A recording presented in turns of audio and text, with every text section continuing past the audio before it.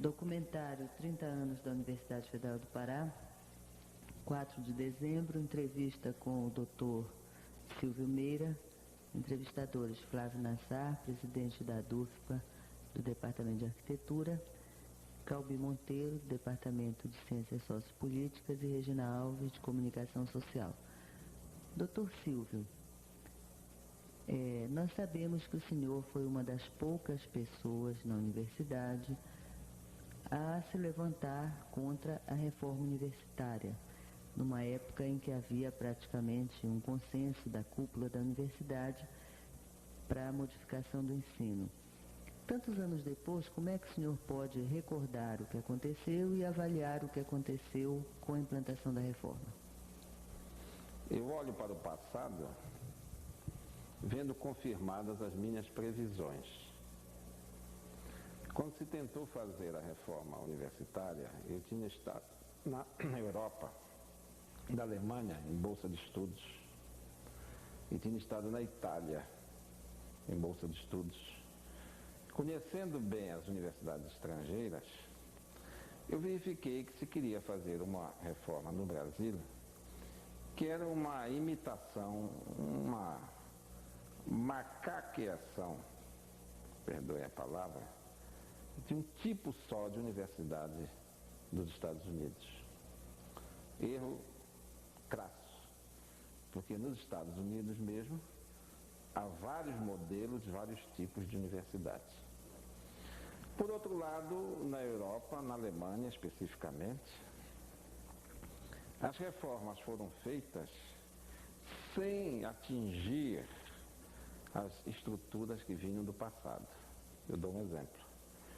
A Universidade de Bochum, na Westfália, que é um colosso que eu conheço, que estuda desde a história egípcia até o controle das viagens interplanetárias, moderníssima, foi toda ela feita desde os alicerces. Mas ao lado disto, os alemães conservaram as universidades tradicionais, como a de Heidelberg, fundada fundada no século XIV, e outras universidades, como a de Bonn, onde eu estudei, universidade tradicionalíssima, e conservada integralmente como era. Basta dizer que quando eu cheguei à Universidade de Bonn, ela tinha sido parcialmente destruída por bombardeios na guerra. E havia grandes painéis mostrando a destruição. Departamentos inteiros destruídos, caput, como dizem os alemães. E eles tiveram a preocupação de reconstruir física e moralmente. Refizeram os edifícios como eles eram há séculos, de tal forma que você não sabe distinguir qual o pavilhão que foi bombardeado. E mantiveram a mesma estrutura espiritual dos tempos passados. Já em Koblenz, no sul da Alemanha, no Lago de Constance, fizeram uma universidade que eu vi nascer, uma universidade moderníssima, mas para pós-graduação, sem aulas propriamente, Vorlesungen, com debates, com pesquisa, outro tipo de universidade, moderníssima. Em Berlim, a Universidade FOR, a Freie Universität de Berlim, e ainda as universidades técnicas, Technische Hochschule, várias. Eu trouxe toda a organização dessas universidades e as da Itália, e com elas eu instruí um parecer que proferi na Faculdade de Direito, criticando, contrariando a reforma que se pretendia fazer. O que aconteceu? Foi uma comissão numerosa da universidade debater isto na Faculdade de Direito, em dia marcado. Eu me lembro que desta comissão participavam Armando Mendes, a professora Anunciada Chaves e outros, e eu sustentei sozinho um debate duro, áspero, com aqueles reformadores. Eu duvido que esses reformadores hoje sustentem a mesma opinião daquela época. Foi uma reforma absurda, porque o brasileiro, em vez de fazer como o europeu ou o americano, que constrói sem destruir o que já existe, o brasileiro destrói tudo. Destruímos o nosso sistema que vinha do passado, na área do direito, por exemplo, desde 1827, com a criação dos cursos jurídicos de São Paulo e de Olinda. Eu me lembro que um dos reformadores dizia, dando gargalhadas, que os que queriam sustentar a faculdade do Recife é porque lá estudara Rui Barbosa. O diretor da faculdade do Recife, meu amigo professor Mário Neves de Batista, lutou para conservar a faculdade. E São Paulo conseguiu sobreviver incólume, porque São Paulo é São Paulo. E a universidade é estadual. Esta é que é a verdade. Doutor Silvio, voltando um pouquinho no tempo, em 64, com o movimento militar, se instalaram nas universidades as famosas comissões gerais de inquérito, como em outros órgãos públicos também. Então, na Universidade Federal do Pará existiu uma e o senhor foi um dos membros. Como é que foi essa experiência? O que é que aconteceu? Como é que foi essa CGI na Universidade Federal do Pará? Quando foi nomeada esta comissão, eu fui convidado pelo então reitor, que era o professor Silveira, que baixou um ato nomeando a comissão e me fazendo presidente dela. Eu nunca tive vocação para inquisidor, pela minha formação, pela minha natureza, nunca tive. Sei que tenho muitos defeitos, mas não me incluo entre esses defeitos o da covardia moral. Eu era um professor, um funcionário, fui designado para a comissão, pensei 3 vezes,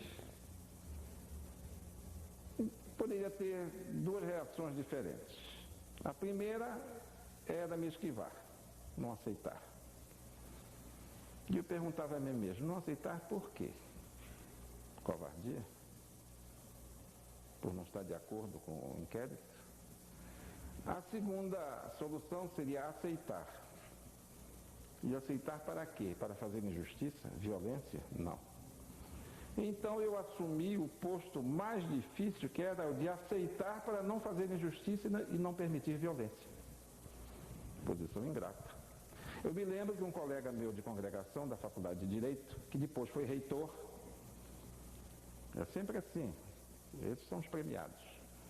Ele me disse, eu não sei, Silvio, como é que você aceita uma missão tão antipática como esta? Eu digo, eu aceito para evitar que se faça violência. E não houve realmente violência? Ninguém foi punido? Da minha parte, durante o inquérito, eu me lembro que houve um professor que recusou comparecer, eu lhe mandei numerosas intimações, eu tratei os professores como eles mereciam, como professores. Perguntem ao professor Paulo Mendes. Paulo Mendes foi ouvido. Eu fui deixar Paulo Mendes em casa, no meu automóvel, depois do depoimento. E também, como eu ia dizendo, houve um dos membros da comissão que sugeriu que eu mandasse buscar esse professor, que estava recalcitrante, preso na viatura da polícia do Exército. E eu disse a ele, eu não pratico um ato desse. É um professor da universidade, tem que ser respeitado. E nas minhas conclusões eu não condenei ninguém porque não encontrei elementos. Não houve nenhum punido. Ninguém foi punido no Pará. Agora, se eu não aceitasse esta missão e fosse outro para lá, este, por exemplo, que sugeriu que eu mandasse arrastar preso o professor no camburão da polícia ou do Exército, o que teria acontecido? Então eu joguei o meu nome e enfrentei a situação, e isso me deu dissabores porque houve certas áreas que depois vieram me cobrar. Já que nós estamos falando uma linguagem de franqueza, houve uma recepção na casa do doutor Pedro Bentes Pinheiro, à noite. Estavam presentes, entre outros, o deputado Oswaldo Melo, creio que Alaci Nunes, as autoridades daquele tempo estavam presentes. E o deputado Oswaldo Melo me fez publicamente a seguinte interpelação: professor Silvio Meira, por que o senhor não indiciou no seu inquérito o professor Rui Barata?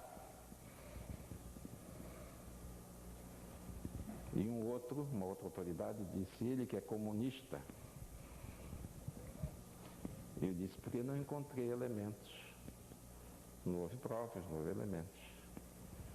Diz uma outra autoridade, eu peço para não citar nomes, isso é desagradável, são pessoas de amizade pessoal. Diz: mas o cartório dele está cheio de cartazes comunistas. E eu respondi: o consultório dele, o tabelionato dele, não é da universidade. É do governo do Estado. É da sua área, não é da minha. Ele insistiu, eu digo: o que é que você queria? Que eu mandasse arrancar as unhas dele? Para ele confessar? Essa autoridade respondeu: não, você não me julgue mal, eu sou um democrata, seria incapaz disto. E eu lhe dei a seguinte resposta: quando vocês, veja bem, estava presente Alaci Nunes, Jabas Passarinho, Oswaldo Melo, Pedro Bentes Pinheiro na casa deste, e muita gente mais. E eu lhe disse o seguinte: quando vocês quiserem de antemão condenar alguém, vocês convidem outro, que eu não me presto para esses papéis. Eu acredito que isso tenha influído para que eu depois não fosse nomeado reitor da Universidade do Pará. Entrei na lista sextupla, era o segundo, e desde então eu fui marginalizado disto e de outras coisas mais. Eu acredito que o professor, que eles queriam punir, até hoje não sabe disso. Talvez não seja nem meu amigo.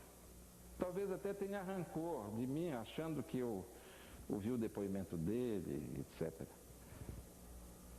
São estes postos de sacrifício que eu não recuso, porque eu já disse que eu tenho muitos defeitos, muitos reconheço, mas um eu não tenho, é o da covardia. Professor, se eu vou fazer uma pausa, só um minutinho, que seu microfone está dando... Só um instantinho, peraí, só um instantinho. Ok? Doutor Silvio, como era o funcionamento da CGI? Quer dizer, como era que ela resolvia chamar este e não aquele outro professor?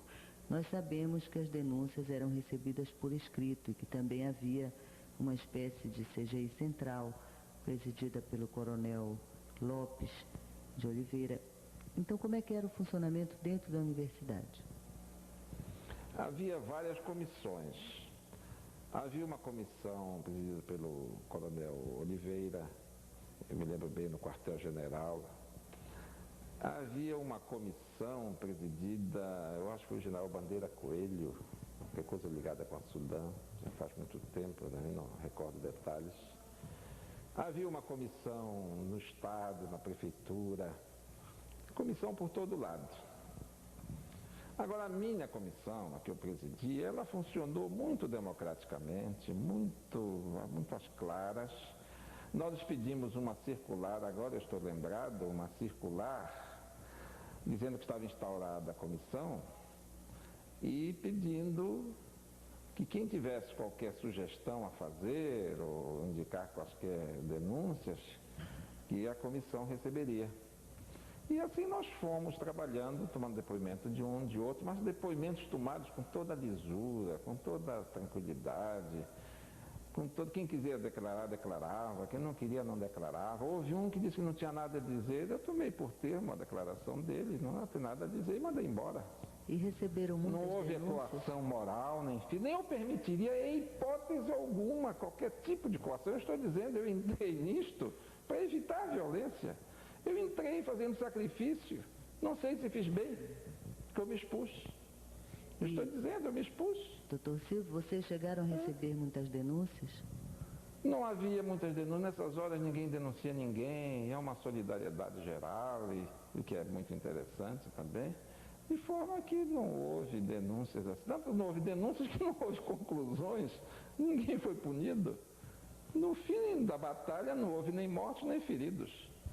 E isso trouxe para mim, contra mim, o ódio de alguns setores.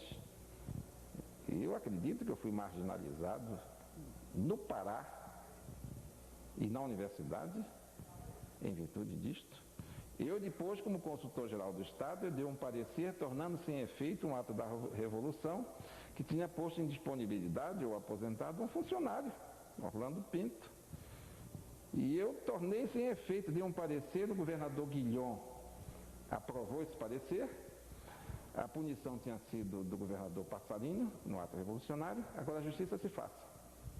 Eu, depois que redigi esse parecer, eu telefonei para o coronel Passarinho no Rio de Janeiro, ou em Brasília, não lembro bem, comunicando que eu acabava de assinar um parecer tornando sem efeito um ato dele revolucionário, do funcionário tal. Parece-me que era Orlando Pinto. E o coronel Passarinho, com muita grandeza, me disse do outro lado da linha, me disse: fizeste muito bem, Silvio, porque eu pratiquei algumas violências aí no Pará e tu fizeste muito bem. Foi a reação dele. E o governador Guilhom aprovou meu parecer e o funcionário está aí para contar a história. Um outro que conhece essa história é bem o doutor Silveira, que foi reitor, que ele acompanhou. De forma que eu acho que as histórias têm sempre dois aspectos. Há uma história ostensiva e há uma história secreta. E essa é a história secreta que eu estou contando a vocês agora. Eu não sei se eu fiz bem em aceitar. Teria sido mais cômodo eu não ter aceito, ter ficado em casa, bancado o bom moço, e talvez eu tivesse sido reitor da universidade, talvez eu tivesse sido senador da República, talvez tivesse sido até candidato a governo do Estado. Essa é que é a verdade. Muito obrigada. Já podemos... Confirma depoimentos anteriores. Isso. Finalmente, É como a verdade. disposição não punir e não... Mas foi um papazinho aqui, meu filho, porque havia um membro da comissão que queria que eu mandasse buscar o Mário Sampaio Não tá gravando mais, não tá debaixo de pau. Pode contar. Era o Mário Sampaio, o médico, Marina Brasina. Mas teriam vindo buscar, mas quem era que queria mandar buscar? E quem propôs isso foi o Aquiles.